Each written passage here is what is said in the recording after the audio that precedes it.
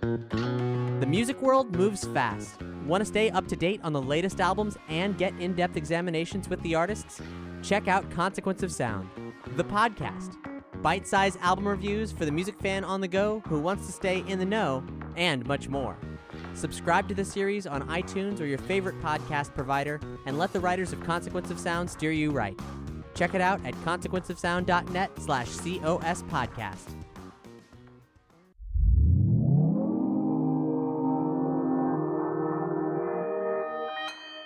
Consequence Podcast Network.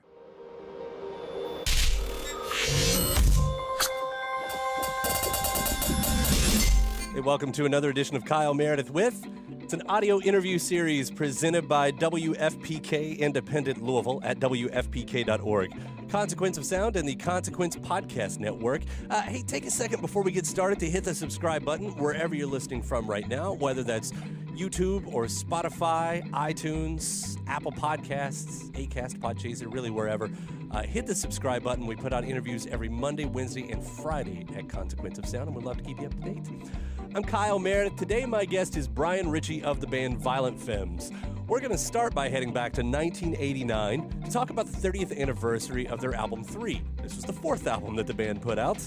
And the thing is, there was never a lot written about it, or at least that's stood the test of digital time. So it's a bit of a fact-finding mission to get the story about a really good record in the band's catalog, amongst other really good records. The band had just came off of a hiatus, sort of being broken up, and we're going to get the story behind that, as well as the background behind songs like Nightmares and Lies and Fat. Brian Ritchie also put out a solo record that year in 1989 called Sonic Temple. We'll talk about that a little bit as well. And then we get an update on what the band's up to next. In fact, there is a new record. It's coming out this year, and Brian tells us all about that as well.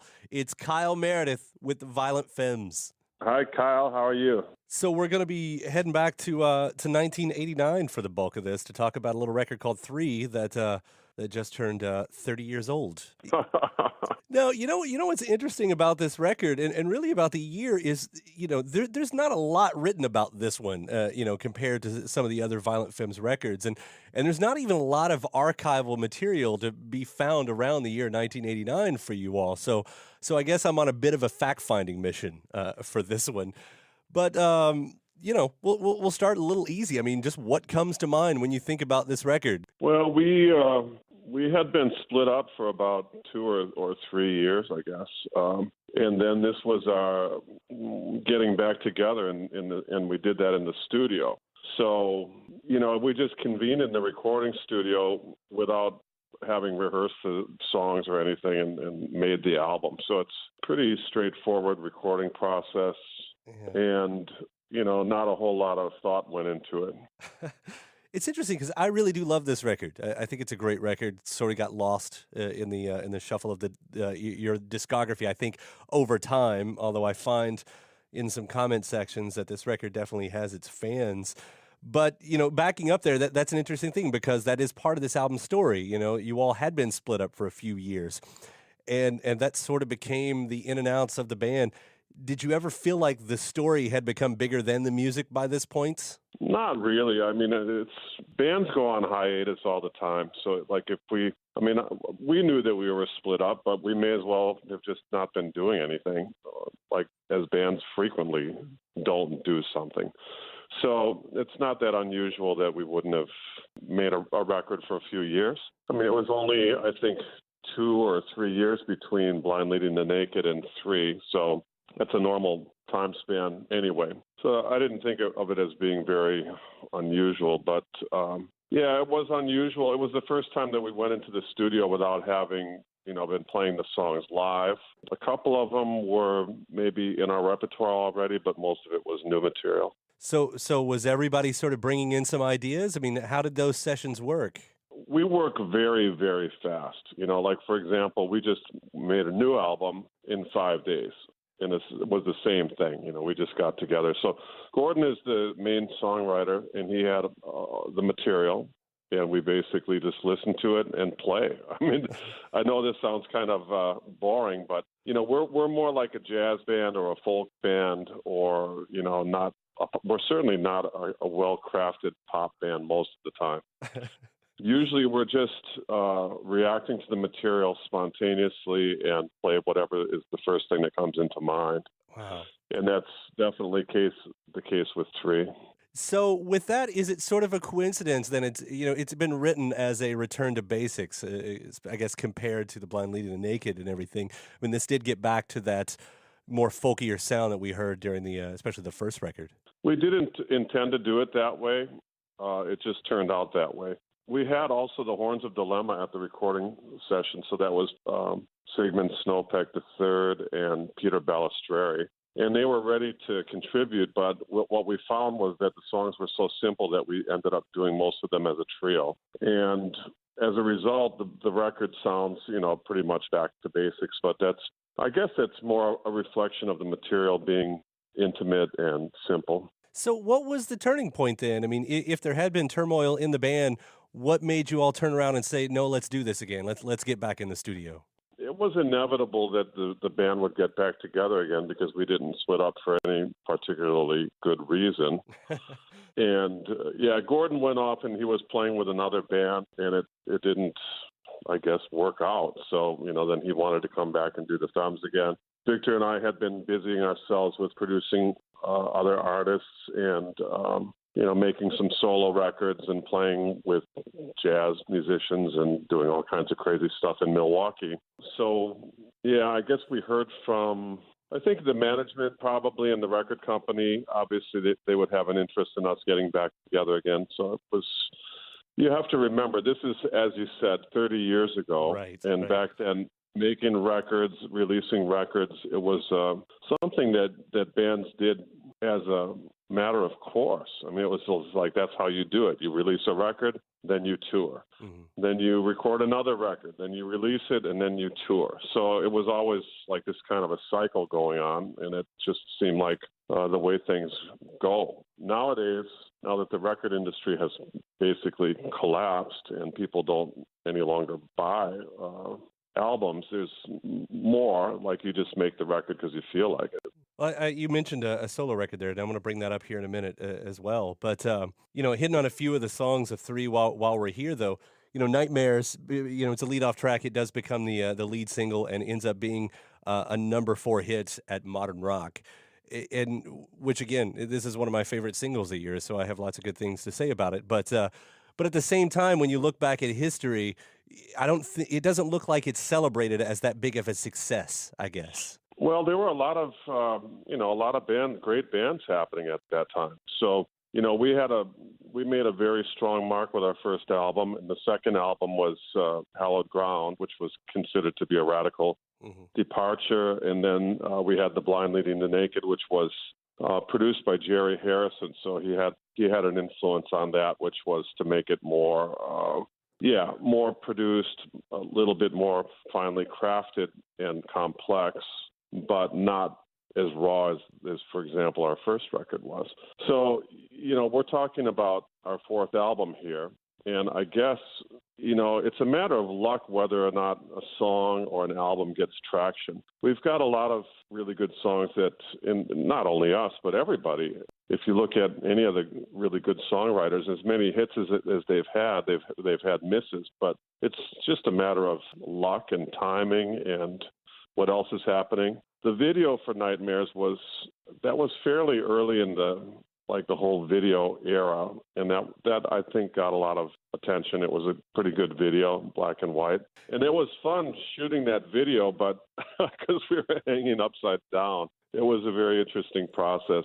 And it's I haven't seen it. I mean, I haven't listened to this album or watched the video, or I don't do that. But yeah, it was a fun video. What are you being held up by? I saw the video actually. I watched it again right before I called you. I hadn't seen it in years either, but there you are upside down, and the rest of the band as well. What are you being held up by? It was inversion boots, we were hanging boots that had hooks on them, hanging from a pole. And Gordon was quite squeamish about it. He doesn't like being upside down. Imagine that. It's like, I guess not something that most people are comfortable with. But yeah, Victor and I could handle it. We enjoyed the process, but you can't hang upside down for too long. There is actually one scene where it's you and Victor hanging upside down, but Gordon's on the floor right side up. That's Yeah, at a certain point in the filming, he said, "Okay, I've had enough of this." But Nightmares is a good song, and we still play it live sometimes, and it does get a good response from the audience. So I think it probably is considered part of our canon, as it were. And it's been released on a few compilation albums and maybe live albums and stuff. So it's one of our better-known songs. And I'll pull out a couple of the other ones from that, too. The Fat song, I'm completely forgetting the actual title of it right now, but that ended up being in... It's called Fat, actually. That's it. It's just called Fat, yeah. It is called Fat. I mean, that had a second life, too. What was it, Super Size Me, that ended up in, right? Well, that song was about, I guess, a relationship gone wrong, and then Gordon's hoping that the girl who has left him gets fat in order that she might then have such low self-esteem that she comes back to Gordon. Uh-huh. That's the plot line. That's it. So I guess nowadays that would probably be considered like #MeToo stuff. But at the time, it seemed like a good idea. And that song was really popular. Uh-huh. I think it probably was the most popular song on the album when we played it live. Well, you have those. I thought it was kind of an inconsequential song, but I guess it's fun, and I don't know the appeal really, but it is popular. Yeah, I mean, it's almost a novelty song in that sort of a way. I still like it too, but I see what you're getting at there. Yeah, it's just fun and a little bit twisted, which could be said for most of your catalog. Yeah, that's an understatement there. Yeah. And then, and really not a question here, but I'll just point up. I mean, Full in the Full Moon. It's an interesting moment because it really turns the volume up. It finds you guys kind of thrashing about a little bit more, and then Lies also has sort of became a staple throughout the years, hasn't it? Well, it's one of the songs that we play live. I mean, I was thinking about this album when I knew I had to interview about it, and it's surprising, but there are quite a few songs from that album that we still play live. Not every night, like we play Blister in the Sun every night, mm-hmm. but once in a while we'll pull out these songs, and Lies is one of them. And actually that song is, I mean, look at the whole fake news thing and, the way that the people are still, he talks about religious leaders and politicians lying to the public, and obviously 30 years later, nothing has changed. So it's a universal kind of sentiment. That actually segs really nicely into, your solo record that came out that year, which was Sonic Temple. You look at that song America, following right in line with Lies there. I mean, show me the American dream, the richer get richer, poor get poorer. This is the parallel drawn now between the late 80s and where we are, right? We're interested in folk music, and a lot, certain element of folk music is protest songwriting. So it with the Femmes or with our solo projects, it hasn't been the main staple of what we do, but it will come up once in a while. How important were your solo records for you at that point? I mean, was that a big outlet release or just something fun you were able to do? Mostly fun and playing with local musicians in Milwaukee and touring around. I like to keep busy. I'm a very active person, so usually working on a recording and some live shows, or now I run festivals down here in Australia and always looking for something new to do. So it was a very creative time, the 80s. There was a really healthy underground music scene, and there were a lot of clubs you could play in, and you could just basically go around and do shows all year round with any kind of band and number of different lineups. Yeah. It was a fun time. I want to also bring up one thing about Gordon's lyrics. He's always been known to write in a religious slant a lot of the time, and I could be completely wrong here because I don't know your personal lives, but I never got the feeling that you and him were on the exact same path spiritually. For whatever reason, I perceive that. But I was kind of wondering, for the style he wrote, how was that perceived in the band at that time? Well, Gordon was raised in Christianity because his father was a minister. So that's, underlying in a lot of his stuff, whereas myself and Victor, we just not interested in that stuff. So, but it wasn't really a cause of problems between us because, after all, you meet and work with people from all different kinds of backgrounds. And we actually liked the provocative nature of some of the religious songs because rock and roll erroneously was perceived not to have that element. But if you actually look at it, the people who invented rock and roll were actually quite religious. Like if you look at Jerry Lee Lewis, Little Richard, Elvis, they all did gospel music. So when we would do gospel songs or songs that, had biblical themes, we thought that was well within the tradition of American music, and that is actually the case. Well, it's definitely made, the Violent Femmes one of the most unique bands in rock and roll. Sort of as you're saying right there, it's not a natural thing for a lot of bands to do, and the way you do it has always been so fun. Well, what happens there is that most artists, they create some sort of a persona. It's similar to the social media thing, like people have their Instagram or their Facebook, and then they very carefully cultivate what they're presenting to their followers or whatever you call them. And, we were never like that. We didn't care whether we presented inconsistent viewpoints. Gordon, as a songwriter, never really tried to present himself in a favorable light. A lot of his songs, and this is probably especially true on the 3 albums, since we're talking about that, a lot of them are very self-deprecating or put him in an unfavorable light. So that was one of the things that set us apart from most of the other bands who were just trying to be cool. We never really tried to be cool. So that sort of brings us back up to the present. And I do want to catch up with what you've been up to because, 2011, 2012, you moved down to Tasmania, which is where I'm calling you from right now, or where you're calling me from right now. But you to tell me about the music festivals, because you do produce those, right? Well, I'm the music curator at a museum here in Tasmania, which is called Mona, Museum of Old and New Art. And it's voted the best contemporary art museum in the world. It's the largest museum in the Southern Hemisphere. And, I organize over 100 musical events a year, including festivals, which are quite popular and really diverse and interesting. So it's an outlet for a lot of my musical ideas, and I get to help a lot of musicians. And the Femmes even played here last year.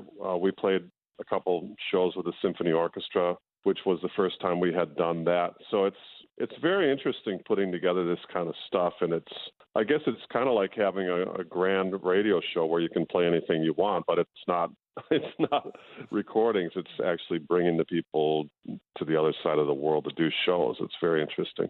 And so you do still split your time with the Femmes on that, Mark. I mean, is that what you were saying a minute ago? The new record's already in process? Yeah, we just finished it up last week, more or less, with the sequence and the mixing and all that stuff. So it's ready to go. It'll be coming out in a few months. Yeah, it's really a good recording. And similar to 3, since we're talking about that, it's basically a very straightforward and mainly acoustic recording. A little bit of electric stuff. A lot of it rocks, and some of it is going in different directions. So it's kind of a mix of our early sound and then whatever else we're into now. Very interesting recording. I'm looking forward to seeing how people respond to that. And done in 5 days. Well, we recorded in 5 days, and then the mixing takes some more time. But basically, the creative process was about 5 days. Amazing. It really is amazing. I don't know why I'm so blown away by that. I mean, I guess because once again, it's a comparison to what you hear from everybody else when it takes them 9 months, 2 years, or whatever, and here you all are in 5 days. And well, we never really found that the more we worked on a record, the better it got. Sometimes it's like the more we worked on it, the more confused we got. So when you can really focus and just get it done, your first idea is usually your best idea anyway. Once you start second guessing, that's when you go off down blind alleys. So that's just the way we work. And I guess we probably would look at a lot of the music that's being made today, and too contrived, or they're making it on a computer and making sure that everything lines up perfectly. And we're not into perfection. We like the rawness and we like the natural aspects of music making. Well, we loved, We Can Do Anything, that record you put out a few years ago. I mean, I know it got a lot of play here in Louisville, but it was just nice hearing that you're still doing it and it's still quality stuff. Well, I heard that you guys are playing us in Louisville because my brother and my mother live there. So right. Sometimes they say that they've heard us on the radio there. Appreciate that. Yeah, your brother emailed. I think we were playing the "Children of the Revolution" cover, and I've got a lot of Femmes in rotation here, but I think that one specifically, he gave me an email that day to sort of an high five, I guess. That's cool. And my nephew's got a band down there called Anchorites. Oh, we're playing them too. Are you? Yeah. Okay, so it's a family affair. No, I didn't know that was the connection. That's really, really awesome. Yeah. Yeah, it's a really good little band. I mean, I've only heard the song that we're playing, which I don't remember the name of right now, but it's a great little rock song. It really is. Yeah, I've been following their development over the last few years, and they're getting better and better all the time. Oh, it's fun to see the younger generation coming up and playing rock and roll music like that. Yeah. So, do you know when we're going to hear from you guys with this record? Is there a timeline yet? Well, we'll be touring in May. I think that'll be before we release the album, and then we'll tour again later on in the summer and into the autumn.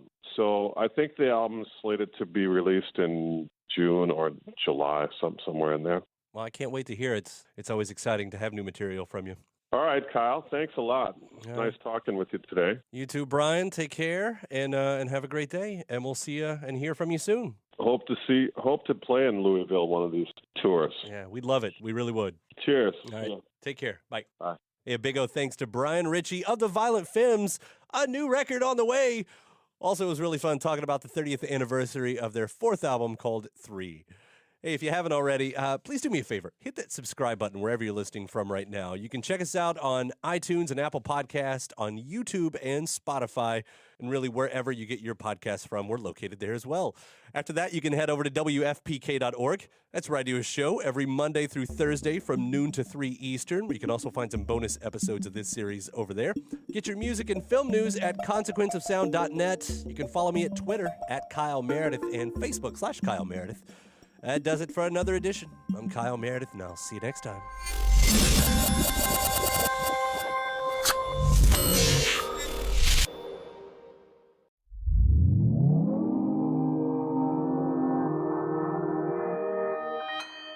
Consequence Podcast Network.